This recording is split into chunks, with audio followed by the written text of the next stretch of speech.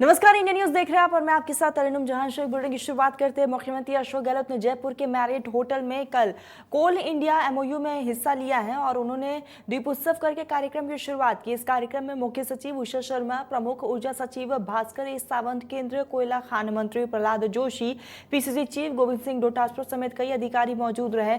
कार्यक्रम को संबोधित करते हुए सीएम अशोक गहलोत ने कहा कि ये एक नई शुरुआत है और हो सकता है कि आने वाले समय में एक बहुत बड़ी सौगात देंगे। साथ ही कहा कि आने वाले समय में हम इस दिशा में आगे बढ़ेंगे। मुख्यमंत्री अशोक गहलोत ने कोल इंडिया की तारीफ करते हुए कहा कि संकट के समय में कोल इंडिया ने हमारा साथ दिया है। और आगे सीएम गहलोत ने क्या कुछ कहा वो भी जरा सुनिए।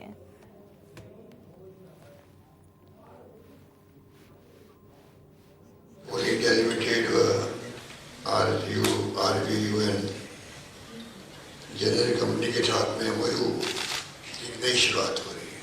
तो बड़े रूप में सोलर की चर्चा देश में दुनिया में हो रही है। और मुझे याद है, मुझे जब विंड आया था तब भी पॉलिसी जो बने स्टेट गवर्नमेंट ने वो सबसे प्रोग्रेसिव पॉलिसी थी जमाने की। इसीलिए करीब 4,500 मेगावाट तक लोग आ गए थे यहाँ पर लगाने के लिए। अब सोलर में भी करीब 10,000 मेगावाट की इंस्टॉलेशन हो चुकी है और संभावना अपार है। कोल India limited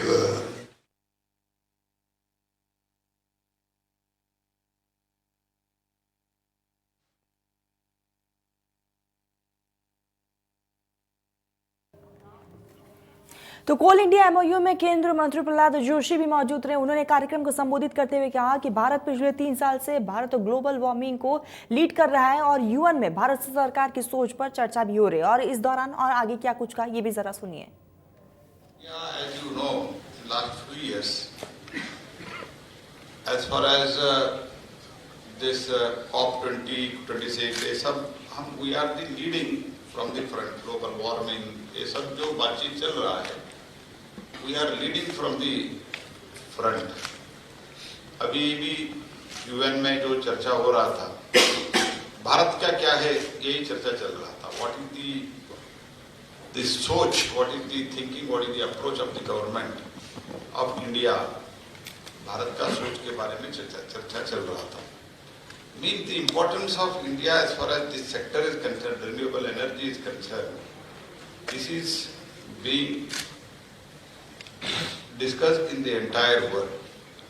But at the same time, we need to understand, हमको समझना चाहिए कि the need of the country is very high.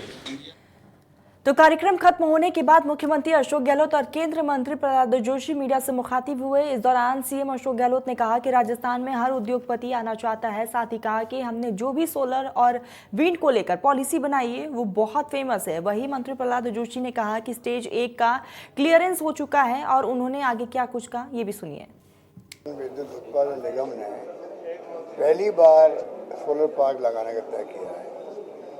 मंत्री जी स्वयं आए हैं, तो आप समझ सकते हैं कि एक इम्पोर्टेंस बढ़ जाती है इस एमओयू की, क्योंकि करीब 1190 मेगावाट का एमओयू हुआ है और 8 से 10 मेगावाट उत्पादन निगम खुद लगाएगा। एक नई शुरुआत हुई है।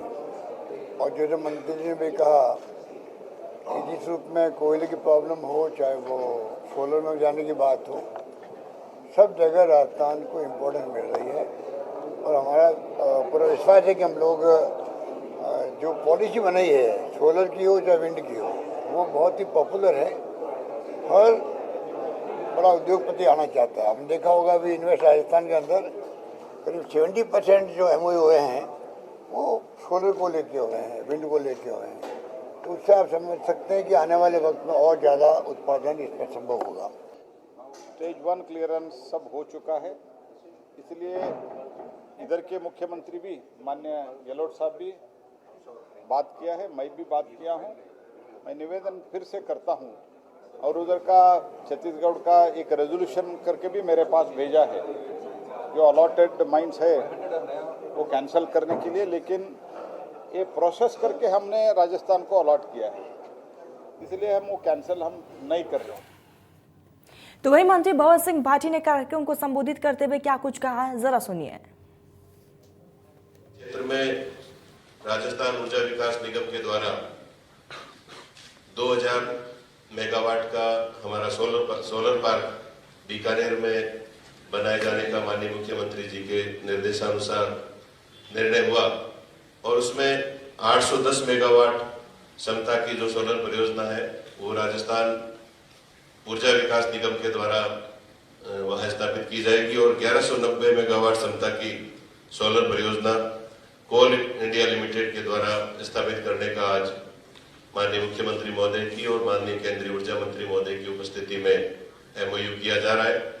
निश्चित रूप से जिस तरह से पूरे दुनिया में जो ग्रीन एनर्जी को बढ़ावा देने की ग्लोबल वर्ल्ड वाइड जो बात की जा रही है आने वाले समय में, उसी परिप्रेक्ष्य में ये जो निर्णय हुआ है उसमें मैं कहना चाहूंगा कि माननीय मुख्यमंत्री महोदय का हमेशा ये विजन रहा है कि राजस्थान में आने वाले इन्वेस्टर्स को ज्यादा से ज्यादा राजस्थान सरकार की तरफ से उनको नियमों का सरलीकरण किया जाए, उनको ज्यादा से ज्यादा सहूलत दी जाए, जिससे कि राजस्थान में ऊर्जा और ऊर्जा के साथ साथ अन्य क्षेत्रों में रोजगार के अवसर भी पैदा हो और इन्वेस्ट ज्यादा से ज्यादा हो। तो ऐसे में खेल मंत्री अशोक चांदना ने अपने जन्मदिन के खास मौके पर सीएम अशोक गहलोत से मुलाकात की। इस दौरान मुख्यमंत्री अशोक गहलोत ने चांदना को जन्मदिन की शुभकामनाएं दी और उनके लंबे उम्र की कामना की है।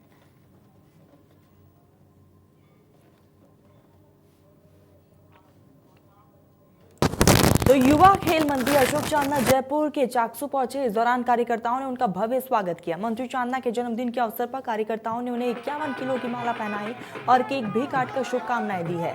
शिवदासपुरा के बरखेड़ा टोल प्लाजा चाकसू में टिगरिया कोथून समेत कई जगहों पर स्वागत और बधाई देने का सिलसिला जारी रहा।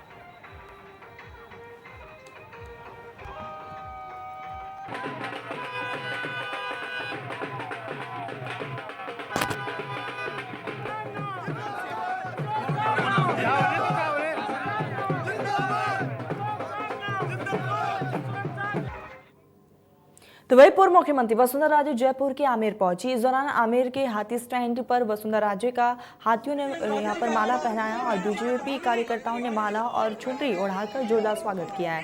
इसके बाद वसुंधरा राजे ने शीला माता मंदिर में धूप लगाकर प्रदेश में अमन चैन की कामना की है। साथ ही राजे ने शीला माता की आरती में भाग लेते हुए माता का पाठ भी किया है। इसके बाद वसुंधरा राजे अंबिकेश्वर महादेव मंदिर पहुंची और महादेव के दर्शन किए।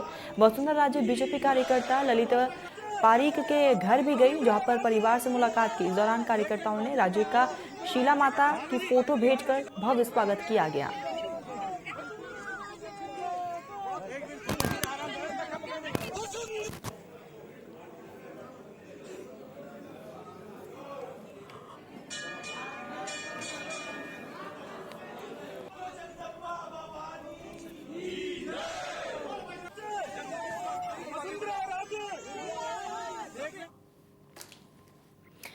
शैक्षणिक संस्थानों में हिजाब पर रोक को बरकरार रखने वाले कर्नाटक हाई कोर्ट के आदेश को चुनौती देने वाली विभिन्न याचिकाओं पर सुप्रीम कोर्ट ने फैसला सुना दिया है और इस मामले में दोनों ही जजों की राय अलग अलग रही। इस मामले में जजों की एक राय नहीं बनने पर इस केस को आगे चीफ जस्टिस के पास भेजा गया है और इस मामले की सुनवाई अब बड़ी बेंच करेगी। और इस पूरे मुद्दे को लेकर मुस्लिम महिलाओं से बातचीत की हमारे जयपुर के सहयोगी प्रशांत यादव ने। क्या कुछ कहना है महिलाओं का, जरा सुनिए। शैक्षणिक संस्थाओं में हिजाब प्रतिबंध के फैसले को बरकरार रखने वाले कर्नाटक हाईकोर्ट के फैसले पर विभिन्न याचिकाएं दायर की गई और अब विभिन्न याचिकाओं पर सुप्रीम कोर्ट का फैसला आ गया है। सुप्रीम कोर्ट का फैसला हालांकि 50-50 बताया गया है। जो जस्टिस हिमांशु है उनकी जो राय है इस फैसले पर कुछ और बताई गई है और जो जस्टिस सुधांशु है उनकी जो राय है वो कुछ और है। इसी मुद्दे पर इस पर बात करने के लिए हमारे साथ कुछ मुस्लिम महिलाएं हैं, उनसे बात करेंगे। मैम, आज लंबे समय के इंतजार के बाद ये फैसला सुनाया गया है सुप्रीम कोर्ट का, मगर जो फैसला है वो 50-50 आया है, क्या कहना चाहेंगे आप? जी बिल्कुल, मैं इसमें ये कहना चाहूँगी कि ये 50-50 क्यों आया। पहली बात तो कहीं ना कहीं दो विचारों में तकरार हो रहा है, क्योंकि हम लोग तो कोई फैसला करने वाले नहीं हैं, लेकिन जो फैसला करने वाले हैं जजेज़ हैं और इतने बड़े बड़े जजेज़ हैं, उनकी जो बेंच हैं उनमें भी फ़र्क है कि हिजाब होना चाहिए, दूसरे है कि नहीं होना चाहिए। तो ये सारी चीज़ें जो हो रही हैं, तो इसमें मुझे ये लगता है कि ये चीज़ कोई आसानी से ख़त्म होने वाली नहीं है, ये बहुत लंबी चलेगी। और लंबी इसलिए चलेगी कि जो चीज़ पॉलिटिकल बन जाती हैं और उन चीज़ों का अब हमने होते हुए नहीं देखा है, तो ये एक बहुत ही दिक्कत की बात है। और सबसे अच्छी बात ये है कि मेरे मानव अधिकार आते हैं वहाँ पर। एक संविधान है जिसमें मुझे सारे अधिकार दिए गए हैं। उन संविधानों की जब धज्जियाँ उड़ रही हैं, कहीं भी उनको माना नहीं जा रहा है,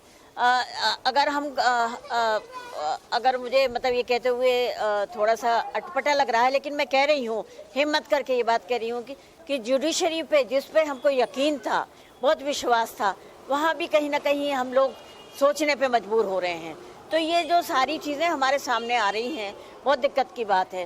दूसरी बात यह है कि इस डिसीज़न में सबसे बड़ी बात यह है कि हज़ारों हज़ार लड़कियाँ आज से पहले भी तो हिजाब ओढ़ के आ रही थी, तब कोई दिक्कत क्यों नहीं थी? ये सारी दिक्कतें अभी इसी सरकार में क्यों पैदा हो रही हैं?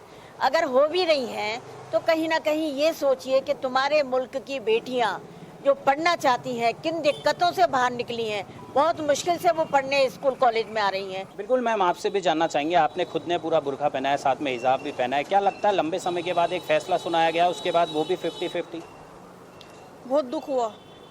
दुख इसलिए हुआ कि जिस मुल्क में हम लोग रहते हैं वहाँ पे हर मज़हब की औरतें अपने अपने मतलब के पहनावे को, सब चीज़ों को फॉलो करती हैं। मेरी हिंदू बहनें जो हैं वो मंगलसूत्र भी पहनती हैं, कॉलेज भी जाती हैं, वो तिलक भी लगाती हैं और क्या कहते हैं वो साड़ियों के साथ घूंघट भी कैरी करती हैं। तो कभी उनके ऊपर सवाल नहीं उठाए गए, कभी उन्हें नहीं रोका गया कि वो घूंघट ना निकालें, वो घूंघट निकाल के कॉलेज में ना आए, या वो माथे पर सिंदूर लगाकर ना आए, या वो मंगलसूत्र ना पहने। ऐसी कभी किसी के ऊपर रोक टोक नहीं हुई। सिर्फ मुस्लिम। आपको क्या लगता है, आपके हिसाब से हिजाब है जो अनिवार्य कर देना चाहिए? देखिए, मुस्लिम समुदाय को टारगेट बनाया जाता है हर चीज़ के लिए।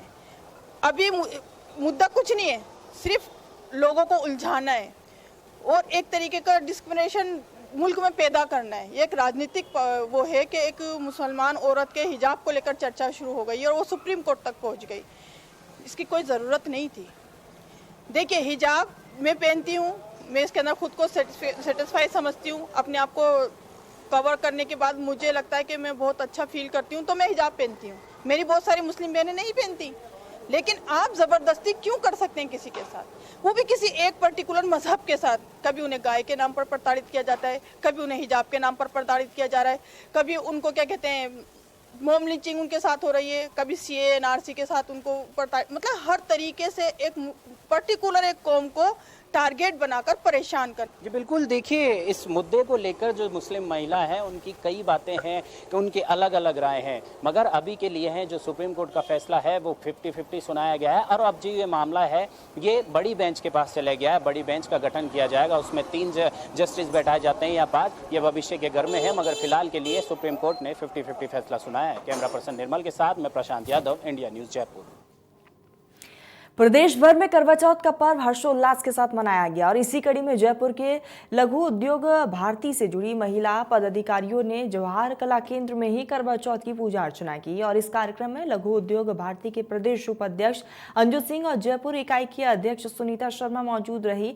अध्यक्ष सुनीता शर्मा ने बताया कि कार्यक्रम के माध्यम से लघु उद्योग भारती से जुड़ी महिलाओं ने मिसाल कायम की है कि किस तरह से महिलाएं परिवार व्यवसाय के साथ साथ भारतीय रीति रिवाजों को भी मानती है।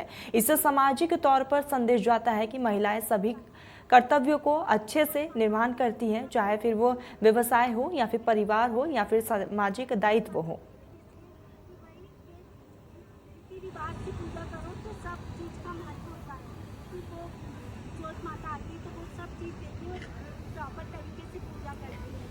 तो प्रदेश भर में करवा चौथ का पर्व हर्षोल्लास के साथ मनाया जा रहा है, एक अलग ही धूम देखने को मिल रही है। और इसी कड़ी में जयपुर के लघु उद्योग भारती से जुड़ी महिला पदाधिकारियों ने जवाहर कला केंद्र में ही करवा चौथ की पूजा अर्चना की। इस कार्यक्रम में लघु उद्योग भारती के प्रदेश उपाध्यक्ष अंजू सिंह और जयपुर इकाई की अध्यक्ष सुनीता शर्मा मौजूद रही।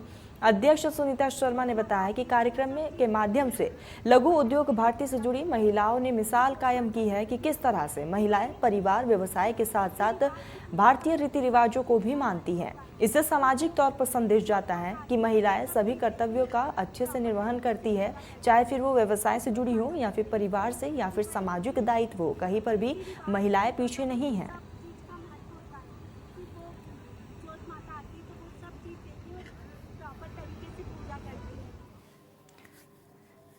चलिए तो खबरों में आगे बढ़ते हैं। जयपुर में national level open body building championship का आयोजन किया गया। प्रताप नगर के ऑडिटोरियम में आयोजित इस कार्यक्रम में देश भर से आए लगभग 1000 से अधिक पुरुष और महिला बॉडी बिल्डरों ने हिस्सा लिया है। इस कार्यक्रम का मुख्य उद्देश्य लोगों को स्वास्थ्य के प्रति जागरूक करना है। इसके साथ ही लोगों को फिटनेस के प्रति जागरूक रखने के लिए भी इसका आयोजन किया गया। वहीं इस ग्रैंड फिनाले आयोजन में विजेताओं नगद राशि प्रदान की गई है।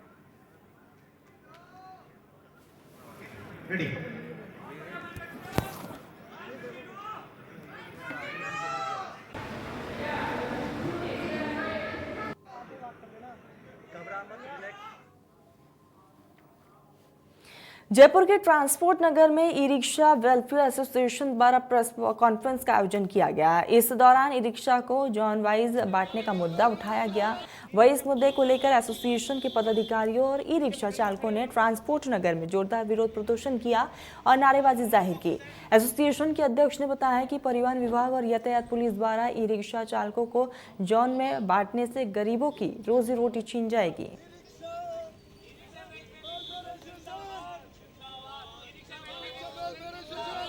मतलब ही नहीं है। हाँ, इसके बगल में खड़े हो जाओ ना, इसके ऊपर।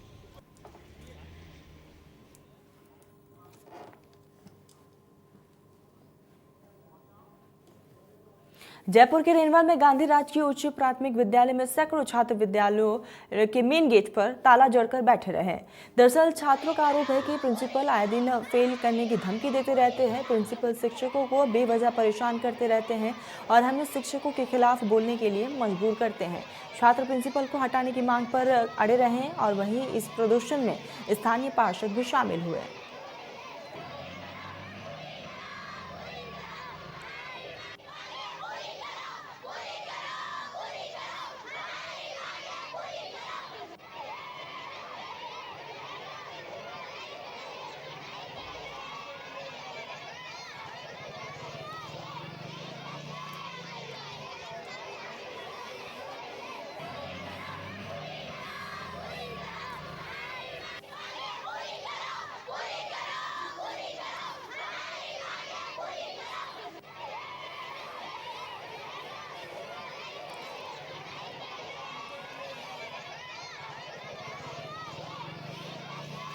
तो प्रिंसिपल को हटाने की मांगे लगातार छात्रों की तरफ से की गई है। जिस तरीके से आरोप लगाया गया है कि प्रिंसिपल परेशान करते हैं और सरकार जिस तरीके से स्कूल के मेन गेट पर ये ताला जोड़कर प्रिंसिपल के खिलाफ विरोध प्रदर्शन किया गया। बच्चों के हाथों में तख्तियां भी साफ तौर पर देखी जा रही है। छात्र प्रिंसिपल का ये विरोध कर रहे हैं। मेन गेट पर ताला जोड़ दिया गया और कहा गया कि जब तक उनकी मांगी नहीं मानी जाती है धरना इसी तरीके से जारी रहेगा। रेनवाल का ये पूरा मामला है और जिस तरीके से शिक्षकों के खिलाफ बोलने के लिए छात्रों को उकसाया जाता है, जिसको लेकर प्रिंसिपल को हटाने की मांग की गई है और छात्र लंबे वक्त से परेशान हैं, जिसकी शिकायतें कई बार की गई है, लेकिन उसके बावजूद इस पूरे मामले को लेकर अभी तक कोई भी कार्रवाई नहीं की गई है। यही कारण है कि छात्रों का कहना है कि जल्द से जल्द प्रिंसिपल को पद से हटाया जाए, नहीं तो ये धरना प्रदर्शन इसी तरीके से किया जाएगा। तस्वीरों में भी साफ देखा जा सकता है किस तरीके से बच्चों ने अपने हाथों में तख्तियां लेकर विरोध प्रदर्शन जाहिर किया गया है। और आपको बता दें कि स्थानीय विधायक भी इस विरोध प्रदर्शन में शामिल हुए हैं। तो छात्र प्रिंसिपल का विरोध कर रहे हैं, प्रिंसिपल को हटाने की मांगे लगातार की जा रही हैं। चलिए तो फिलहाल इस बुलेटिन में बस इतना ही। देश प्रदेश की तमाम बड़ी खबरों के लिए आप देखते रहिए इंडिया न्यूज़ राजस्थान।